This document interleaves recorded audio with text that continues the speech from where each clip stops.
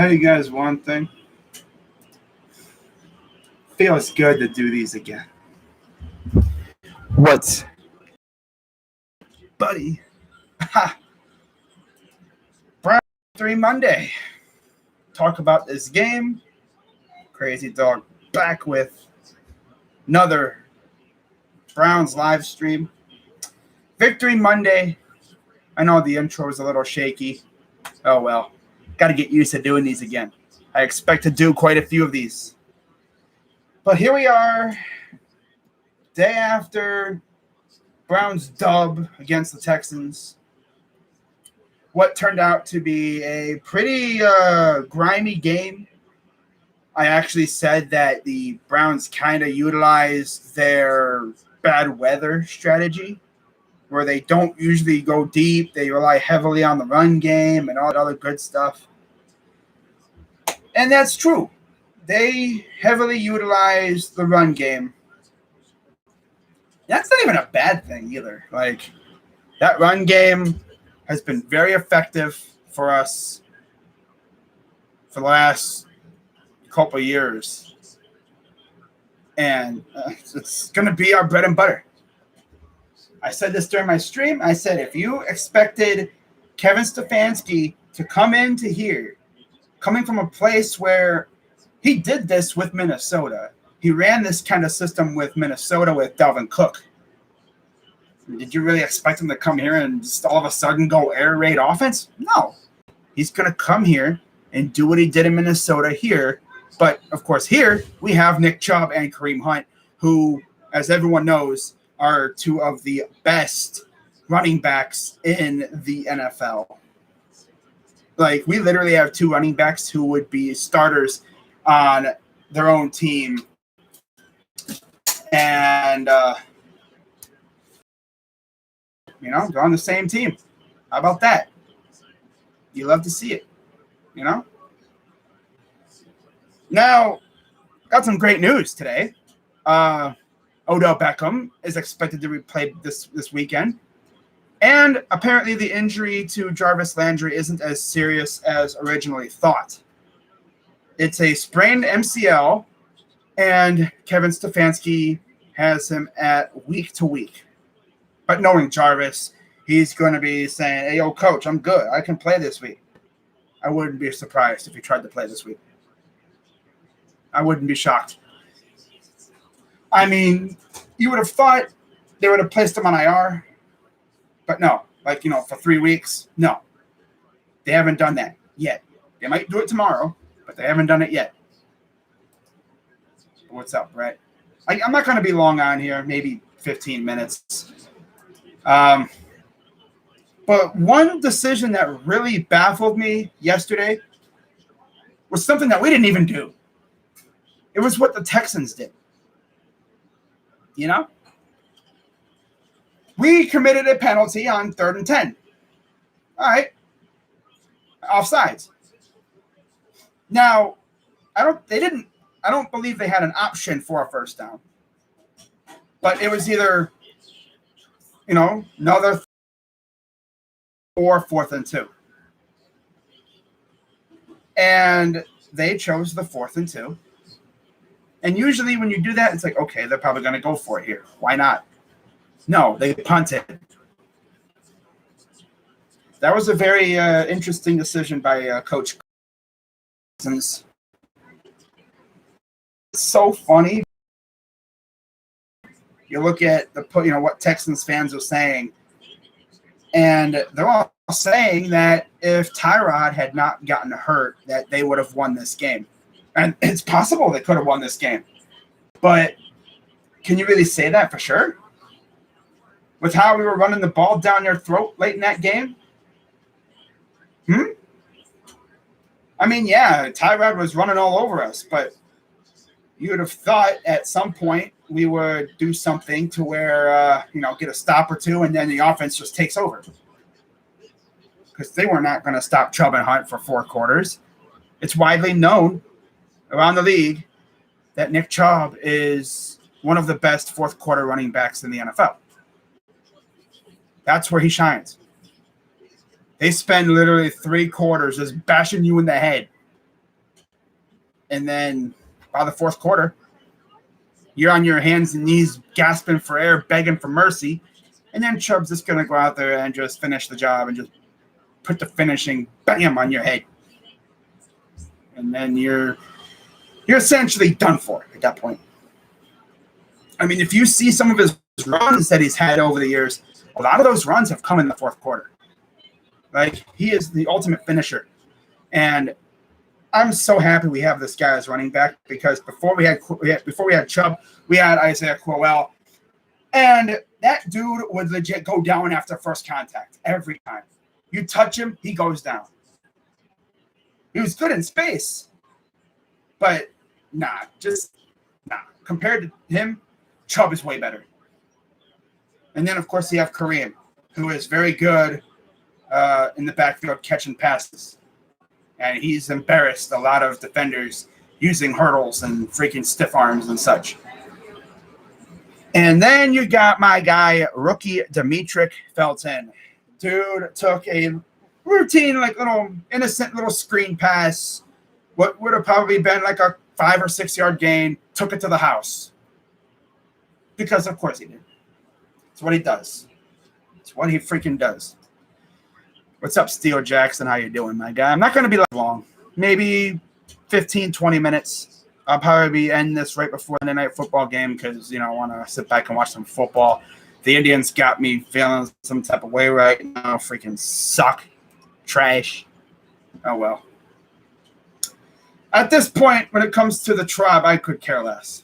At this point. I'm done with them. I'm going to watch. I'm just... It's like, whatever.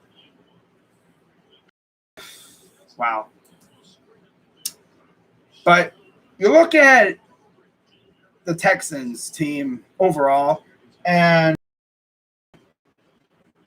I'm actually going to see what my record was for these guys. I'm going to do a little something here. I think I had them at, 5 wins? Let me check real quick here. Let me go down to my 2020 prediction stream here. Let me see if I can find that sucker. It's got to be somewhere down here. It was right after the preseason. Yep, here it is. Let's see if I can find this prediction for the Falcons. For the Texans. That was probably relatively. Okay, who's this? Wait. Okay, I did the AFC North first. Okay. Colts. I don't think I did the Texans right here.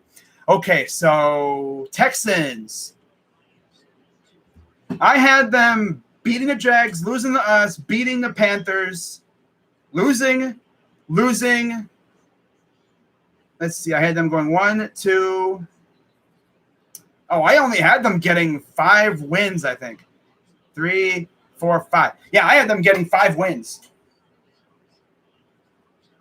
Around there. Let me see. Yeah, I had them getting 5 wins. And honestly, watching them these first 2 weeks, they could easily get 7 or 8. Especially if Tyrod comes back and does what he does. They have a good team. Very underrated. Damn. Everyone thought they were going to be top of the freaking draft. No, that's probably going to be the Lions, honestly. The Lions are going to be up there. The Texans have a good roster. It's just, can they, do enough to win a lot of games? Honestly, I think they can. I think I had them as easily, 7, 8 wins? 5 wins around there. But yeah, they're not a bad team. As long as they can stay healthy, they'll be good. They're not going to be the worst team in the league. Heck no.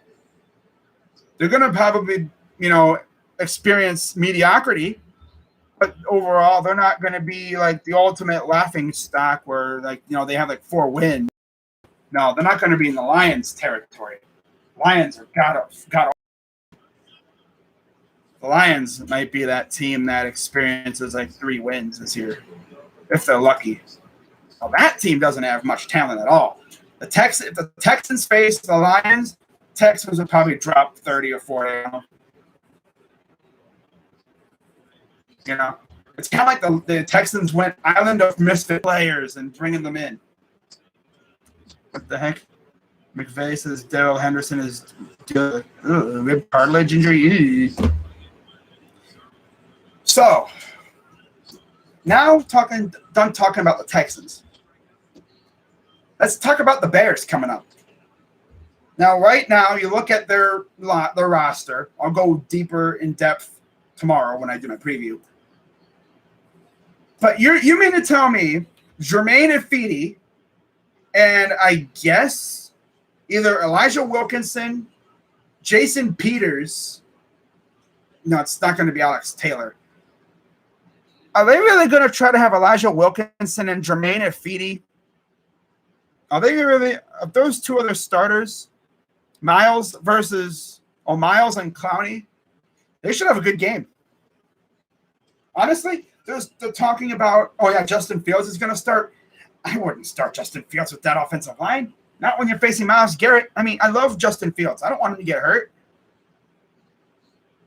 Now, again, it could be Jason Peters, which you're going to have old slow ass freaking Jason Peters trying to block Myles Garrett. Boy, you're asking for trouble. As they just, Indians, oh my God, the Indians. They had Franmil Reyes trying to steal third. The dude is a sloth. Why are you trying to steal? Oh, boy. This team I just want that season to be over with at this rate. You know? I know how Pirates fans feel. They just want their season to be over. Ay. But you look at the weapons that the Bears have. A-Rob, Darnell Marquise Goodwin, Rashad Perryman, Damiere Byrd, okay. What's this? And Simba Webster. They overall don't have a bad receiving core. Tight end core is nice. Cole Kmet, Jesse James. Yes, that Jesse James from the Steelers. And then you have Jimmy Graham. Now, we all know how we do against tight ends, so that'll be fun. Cole Kmet and Jimmy Graham. Oh, boy. David Montgomery at running back. Ooh.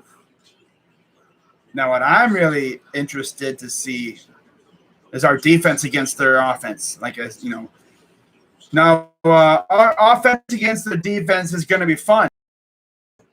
Hicks, Eddie Goldman, Bilal Nichols up front.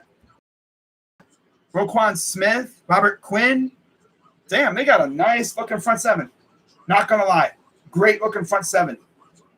Our offensive line's going to have their hands full, especially if Wills isn't playing, which he probably will.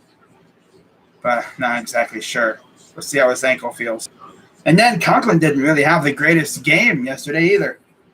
I even saw an image from yesterday's game where Conklin got beat, and on one of the sacks, Schwartz was wide open. And Baker saw him, and he was just thinking about probably cocking back and letting it rip for probable touchdown.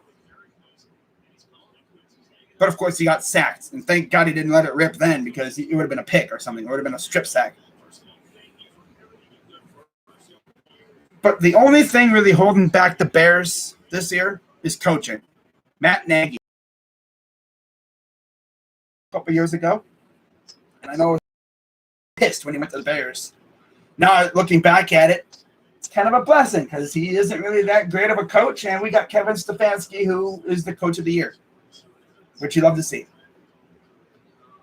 Now, Odell will be back, like I mentioned. So most likely Jalen Johnson or Kendall Vildor. Who the heck is that dude?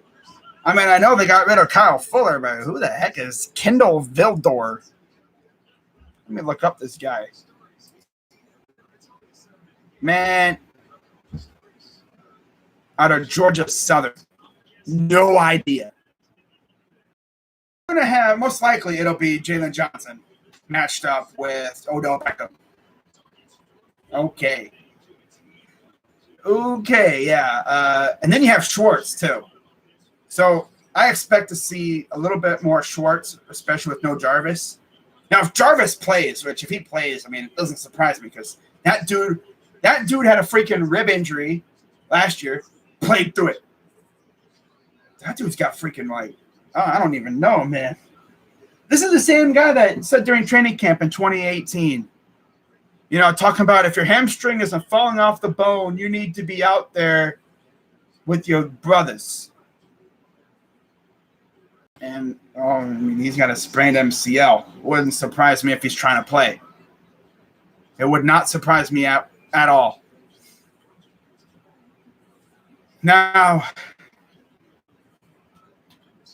if Odell plays and Jarvis don't, I expect a heavy feature of Odell. Odell's probably going to get open. And if our offensive line can hold back Khalil Mack and them long enough, I think Odell could have a nice game. Never forget, Odell actually once or single-handedly beat the Cowboys last year. He had 3 touchdowns last year. Remember that game? He actually won the game-winning touchdown on a reverse that I thought was so what are you doing? It looked like it was what are you doing? It's a big old loss, but turned the corner, took off down the field. They couldn't catch him. This is going to be tough. Bears are actually a decent team. Now if Andy Dalton plays, I like our chances. If Fields plays, that's going to be interesting because we've faced 2 quarterbacks who can scramble. And me being an Ohio State fan, I watched a lot of Justin Fields over the last 2 years at Ohio State. That dude can scramble. I mean, his first freaking touchdown at Ohio State was a freaking running touchdown. Granted, the opponent was very bad. It wasn't that good. I think it was a Florida Atlantic. But still, his first touchdown as a Buckeye was on an RPO. It was an RPO, rushing touchdown, like a read option kind of thing. I think his first touchdown in the NFL was the same kind of thing, yeah, except it wasn't as far. I got to get a freaking haircut soon. This hair is starting to piss me off. My God. But usually during these Victory Mondays, if a fan base is talking all kinds of crap about my team on Twitter, I'll be roasting them as Salvador Perez just probably gave them the 3-0. Yep, 3-0 Royals. Oh, boy. Got him. Oh, man, he got cooked. That throw got cooked. That was a dime throw from, who was that, center fielder? Was that freaking Miles Straw that just threw a laser beam to his own plate? I see you, Miles. Okay. All right, let's get it. I'm thinking, it's going to be 3-0. No, Miles is like, ha, you thought wrong. I love Miles Straw. Nice play off the bounce, and Jimenez with the laser throw. Still. Good throw by Jimenez. Still. Good throw. Good throw. Love it. But usually during these Victory Mondays, I'll either be gloating like a freaking madman, especially if it's like a division rival or a big opponent. Or, in this case, I'll just go over the game, talk a little bit about the next week, and, keep it humble a little bit, I don't hate the Texans. I know a few fans. I actually have a legit friend who is a Texans fan. He's been through some pain recently with this team, but he still rides with them. But yeah, Stephen Rose, loyal to Houston, Sauce Sports, all those guys. Hector Flores, of course, with Sauce Sports now. They're really good people, I don't hate the Texans. Should be a good team. They're going to be an interesting team this year. Now, of course, Davis Mills is going to start on Thursday. That'll be interesting. And so poor Tyrod once again gets hurt, and a rookie will take over.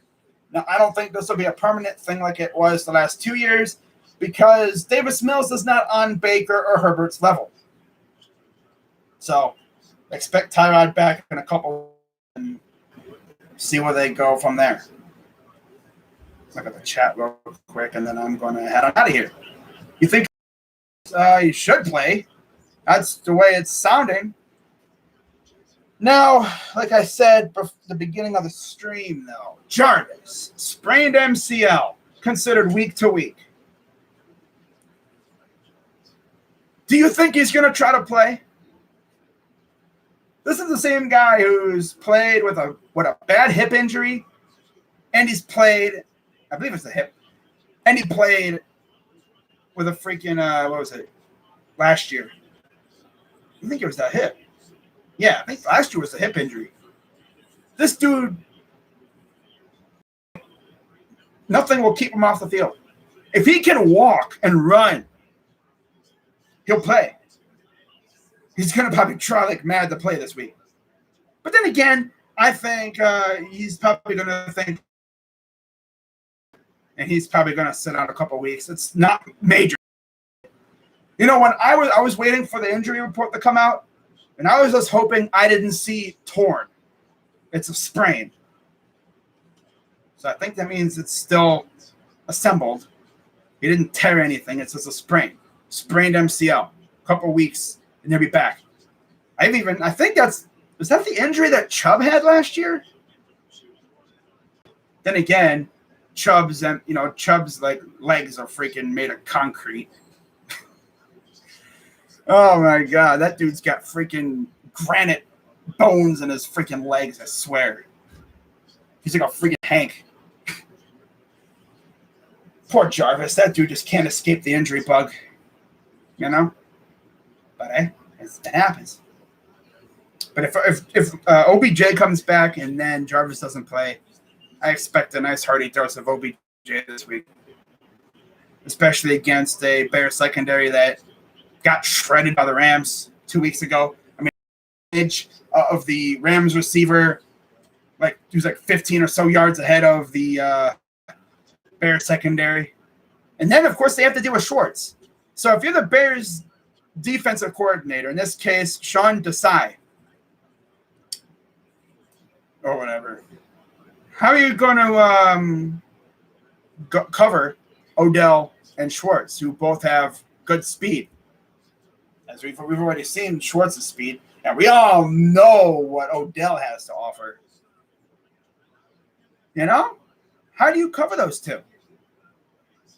I'm legit asking. You're probably going to play a lot of soft zone coverage because you don't want if you play man against Odell, you're asking to get beat. You're asking to get beat against Odell if you're playing man coverage. And you can't play man with a 4.25 40. Third fastest 40 in the history of the combine. Dude's got track star speed, but as we know, speed doesn't matter if you can't catch. And one thing about Schwartz in college was he had trouble tracking the ball. And like I said, yesterday, he was wide open. And then, of course, he had that one where he gave up on the ball, gave up on the pass. He probably kicked himself when he did that. He probably thought the pass wasn't going to him or it was going to be overthrown. But no, it was an overthrow. It was not an overthrow. It was right to you if you would have went after the ball. Oh, well, nothing you can do about it now. And then about Baker's shoulder. Apparently, it popped out and then it popped back in. It was this non-throwing shoulder. And this dude, and then, of course, on the Schwartz reverse that they ran, Money Mitch with one arm. He put him around with one arm. Money Mitch, man. Oh, my God. You got blocked by a quarterback with one arm who also low-key pancaked you. He put you to the ground with one arm, bro. Really, Money Mitch? Really, bro? You gonna get got by Baker with one arm.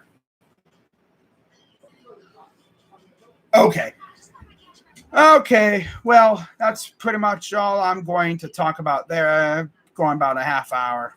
Again, against non-divisional opponents, this wasn't really a big game. It was a home opener. Nothing crazy.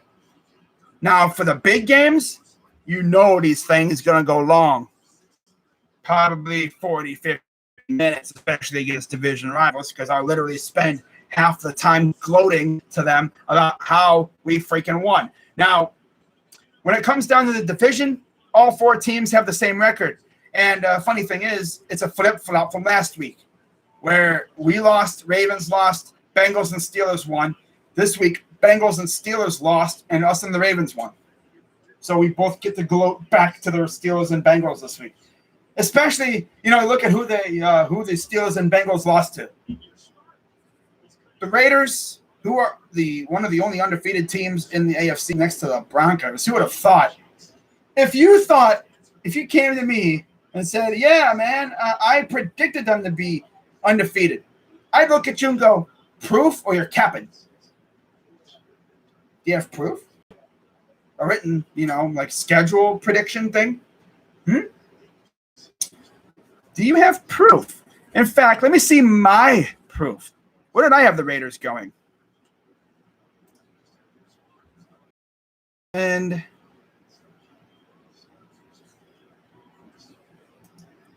okay, Denver, right here.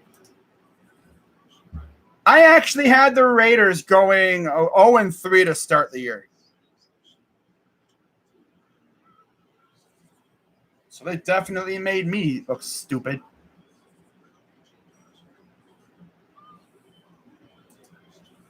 They for sure made me look dumb. I think I had the Raiders going 0-3. Yeah. Because I know I did it where, like, I also did it where I did the ceiling and the floor for each team. I had them going 0-3 before they beat even their record after 3 straight wins. And then they lose to the Eagles. But, yeah, we'll see how the Raiders do. That was a good win. I was very impressed.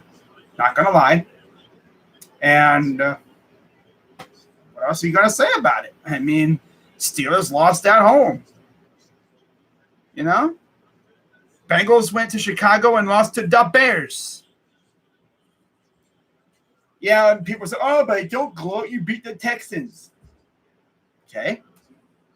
Yeah, all right. And then the Ravens escaped against the Chiefs. So, overall, it was a good week. Scared to take a hit across the middle. Yeah, I think that's what it was. He saw the guy lurking. He didn't want to take a hit. Wow. Freaking professional player. You got to be taking those hits, man. I mean, he's not going to freaking lay you out.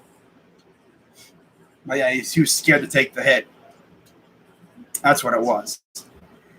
So, again, tomorrow I will be doing my preview for the Bears game. We should know more about Andy Dalton's status. And then I'll go deeper into this game against the Bears. I'll have my picks out tomorrow as well.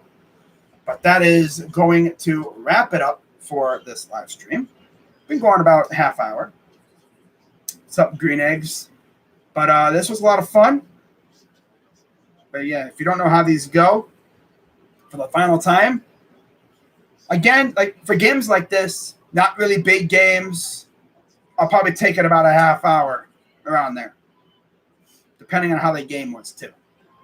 Now for big games, and especially divisional opponents or fan bases that were talking a massive amount of crap on Twitter and stuff, I'd make it a lot longer, maybe even an hour, because I'd spend literally probably 15, 20 minutes just gloating. But for this one, take you about a half hour. So I'm going to get on out of here and go watch the Packers and the Lions and see who wins Monday Night Football. So hope you guys have a great rest of your night, and I will see you all tomorrow. And then after that, who knows what else we got in store, That's going to wrap it up. I'm Crazy Dog. Let's go Browns. Have a great night. I'm out. I'm waiting for it to hit a half hour. Okay.